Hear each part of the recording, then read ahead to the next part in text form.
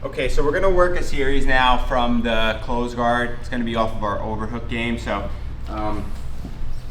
we're gonna imagine that I have Ivan in the close guard over here, and I'm gonna look to get an overhook control. Now, a couple different ways I can do this, right? I can use the ones that we probably already reviewed, where I just knock his wrist off and I pull the knees behind the armpits, I pull my heels behind the tailbone, and then from this position, I find my overhook. You can also do kind of like the praying method over here, like so, and find your overhook.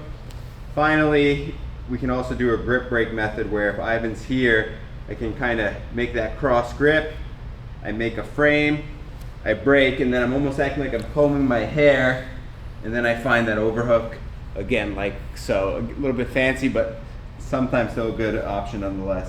And either way, once we're here in this position now, what I'm gonna look to start to do is make it a little bit of an angle. So I'm gonna kind of pedal off my partner, make a little bit of an angle. This brings my arm and my shoulder a little bit more on top of his arm. Sometimes my elbow is too low like this. Ivan just pulls his arm straight up. Yeah, but when I make a little bit of an angle, my arm now is a little bit more on top, putting weight onto his shoulder, almost like a wizard in wrestling. And then now from here, I'm gonna open this lapel on this side, and I'm gonna give it to that hand nice and strong. When I say strong, my pinky starts to point down in the position like this.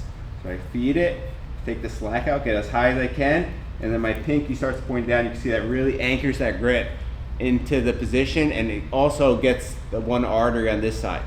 Now on the other side, if you leave space, I'm just gonna go and get it right here and get the fabric where it bunches up.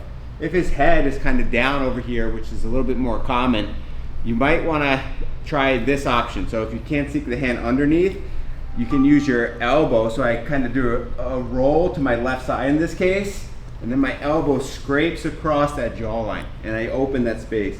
Now I find the fabric like so. And to finish, we're gonna pull everything in tight, and I'm gonna sit up, just like we do on all our cross collars, and my wrists are gonna accent into the choke. And now from here, I'm just gonna wait as long as I need, and I'm gonna get him to tap on this overhook control with that cross collar, okay? So again, I'm here with Ivan. I found his hands to the mat from this position. I'm controlling posture. I like to make a little bit of an angle over here. This way I get my shoulder a little bit more on top of his. And then from here, I take the lapel out, and now I start to feed this control. Strong grip, pinky's coming down. And I get that first artery blocked off, and I anchor this grip as tight and as high as I can with the slack out of this lapel. Now from here, obviously if he lets me sneak this hand underneath, great. But if not, all I'm looking to do is I kind of roll my body towards that side, forearm scrapes down the jawline, I find that bunch of fabric over here, and now we're good to go.